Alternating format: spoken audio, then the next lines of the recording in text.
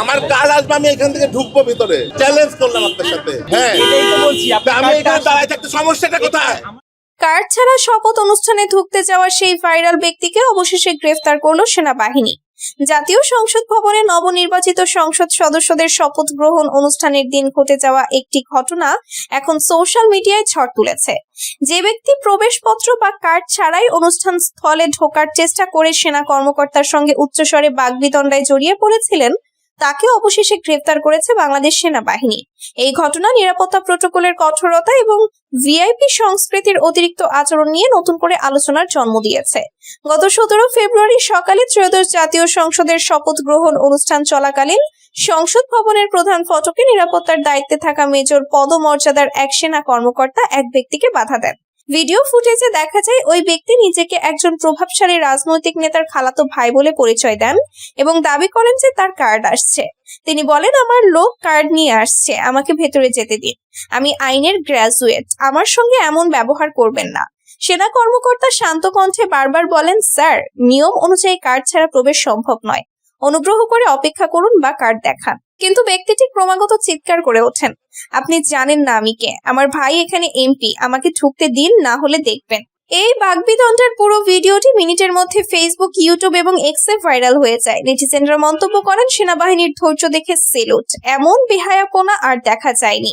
ক্ষমতার অপব্যবহারের চরম উদাহরণ। অনেকে সেনা কর্মকর্তার পেশাদারিত্বের প্রশংসা করে বলেন, একজন সাধারণ নাগরিক হলে কি হতো ভাবুন। ঘটনার পরপরই সংবাদ ভবনের নিরাপত্তা ইউনিট বিষয়টি গুরুত্ব সহকারে নেয়। সূত্র জানায়, ওই ব্যক্তিকে প্রথমে সতর্ক করে ছেড়ে দেওয়া হয়েছিল, কিন্তু ভিডিও ভাইরাল হওয়ার পর সেনাবাহিনীর উচ্চপদস্থ কর্মকর্তারা বিষয়টি খতিয়ে দেখেন। সকালে গাজীপুরের একটি বাসা থেকে তাকে আটক করা হয়। সেনাবাহিনীর একটি বিশেষ টিম অভিযান চালিয়ে তাকে সেনা সদর দপ্তরে নিয়ে যায়। প্রাথমিক জিজ্ঞাসাবাদে জানা গেছে তার নাম মোহাম্মদ রাকিব হোসেন, বয়স 32 বছর। তিনি নিজেকে একটি প্রধান রাজনৈতিক দলের নেতার আত্মীয় বলে দাবি করেছেন, যদিও দলের পক্ষ থেকে এখনো কোনো আনুষ্ঠানিক বক্তব্য আসেনি। সেনাবাহিনীর একজন মুখপাত্র বলেন, সংসদ ভবনের নিরাপত্তা অত্যন্ত স্পর্শকাতর। কোনো ব্যক্তি কার্ড ছাড়া প্রবেশের চেষ্টা করলে এবং নিরাপত্তা কর্মীদের সঙ্গে অসহযোগিতা করলে তা গুরুতর অপরাধ। ভিডিও ভাইরাল হওয়ার পর আমরা আইনানুগ ব্যবস্থা নিয়েছি। এটি গ্রেফতার নয়, বরং তদন্তের জন্য আটক, পরবর্তীতে আদালতে সোপর্দ করা হবে। এই ঘটনা দেশ জুড়ে মিশ্র প্রতিক্রিয়া তৈরি করেছে। রাজনৈতিক বিশ্লেষকরা বলছেন, এটি নতুন সরকারের আমলে নিরাপত্তা ব্যবস্থার কঠোরতার প্রমাণ। একদিকে যেমন সেনাবাহিনীর নিরপেক্ষ ভূমিকা প্রশংসিত হচ্ছে, অন্যদিকে কেউ কেউ বলছেন রাজনৈতিক প্রভাবশালীদের আত্মীয় স্বজনদেরও নিয়ম মানতে হবে, এটাই গণতন্ত্রের শক্তি। এদিকে ওই ব্যক্তির পরিবারের পক্ষ থেকে দাবি করা হয়েছে যে তিনি শুধু অনুষ্ঠান দেখতে এসেছিলেন এবং ভুল বোঝাবুঝির কারণে এমন হয়েছে। তারা বলেন, আমাদের ভাইকে অযথা হয়রানি করা হচ্ছে, তবে সেনাবাহিনী জানিয়েছে তদন্ত শেষ না হওয়া পর্যন্ত কোনো ছাড় দেওয়া হবে না। এই ঘটনা থেকে শিক্ষা নেওয়ার কথা বলছেন অনেকে। একজন নিরাপত্তা বিশেষজ্ঞ বলেন, শপথ অনুষ্ঠানের মতো স্পর্শকাতর জায়গায় কার্ড ছাড়া ঢোকার চেষ্টা করা শুধু অসভ্যতা নয়, সম্ভাব্য নিরাপত্তা ঝুঁকিও। সেনাবাহিনীর এই কঠোর অবস্থান দেশের জন্য ইতিবাচক। ঘটনাটি এখনো তদন্তাধীন, পরবর্তী আপডেটের জন্য অপেক্ষা করছে সবাই। কিন্তু একটা বিষয় স্পষ্ট, কার্ড ছাড়া ভিআইপি ভাব দেখানোর যুগ শেষ হয়ে আসছে।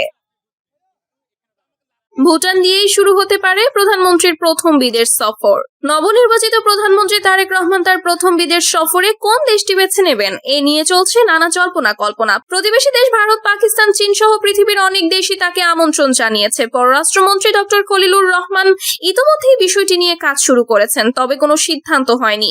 ওয়াকিবহাল কূটনীতিকরা বলছেন, সম্ভবত প্রধানমন্ত্রী সফর শুরু করতে পারেন ভুটান দিয়ে।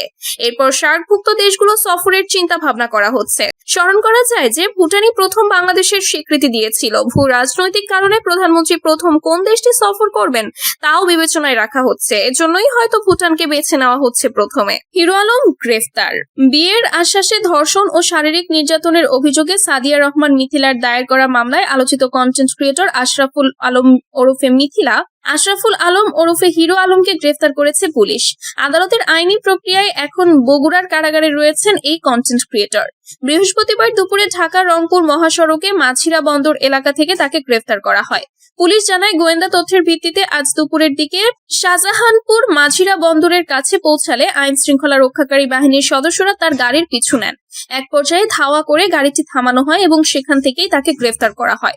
পুলিশ আরো জানায়, বিয়ের আশ্বাসে ধর্ষণ ও শারীরিক নির্যাতনের অভিযোগে সাদিয়া রহমান মিথিলার দায়ের করা মামলায় হিরো আলম গ্রেফতার হন। ওই মামলায় পিবিআই এর তদন্ত রিপোর্ট পাওয়ার পর হিরো আলমের বিরুদ্ধে গ্রেফতারি পরোয়ানা জারির আদেশ দেন আদালত। গত 10 ফেব্রুয়ারি বগুড়ার নারী ও শিশু নির্যাতন দমন ট্রাইব্যুনাল 1-এর বিচারক আনোয়ারুল হক হিরো আলমের বিরুদ্ধে গ্রেফতারি পরোয়ানা জারি করেন। গ্রেফতারি পরোয়ানা জারির 1 সপ্তাহ পর গ্রেফতার হলেন হিরো আলম।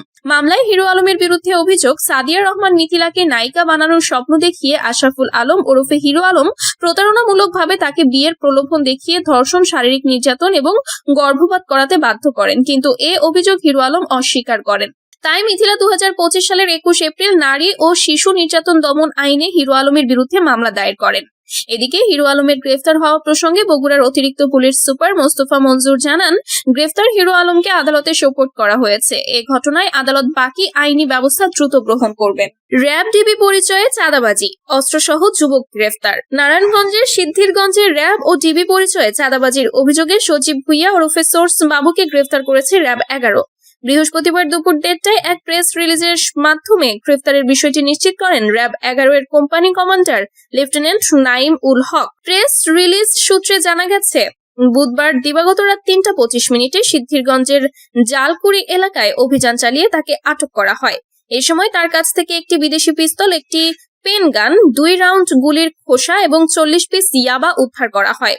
র্যাব জানায়, সচিব ভুইয়া বিভিন্ন সময়ে নিজেকে র্যাব ও পুলিশের সোর্স পরিচয় দিতেন। অনেক জায়গায় নিজেকে কখনো ডিবি, কখনো র্যাবের অফিসার পরিচয় দিয়ে ব্যবসায়ীদের কাছ থেকে চাঁদা আদায় করতেন। চাঁদা না দিলে আইন শৃঙ্খলা বাহিনী দিয়ে ধরিয়ে দেওয়ার হুমকিও দিতেন। এছাড়া তার বিরুদ্ধে র্যাব ও পুলিশ সদস্যদের ছবি ব্যবহার করে ভুয়া ফেসবুক ও হোয়াটসঅ্যাপ অ্যাকাউন্ট খুলে প্রতারণার অভিযোগ রয়েছে। তার সঙ্গে 10 থেকে 12 জনের একটি দল কাজ করত বলে জানা গেছে। র্যাব 11 এর company commander lieutenant Naim ul Haq জানান, বিষয়টি নজরে আসার পর র্যাব 11 এর গোয়েন্দা নজরদারি বাড়ানো হয়। পরে অভিযান চালিয়ে তাকে গ্রেফতার করা হয়। তার বিরুদ্ধে আইনি ব্যবস্থা নেওয়া হবে।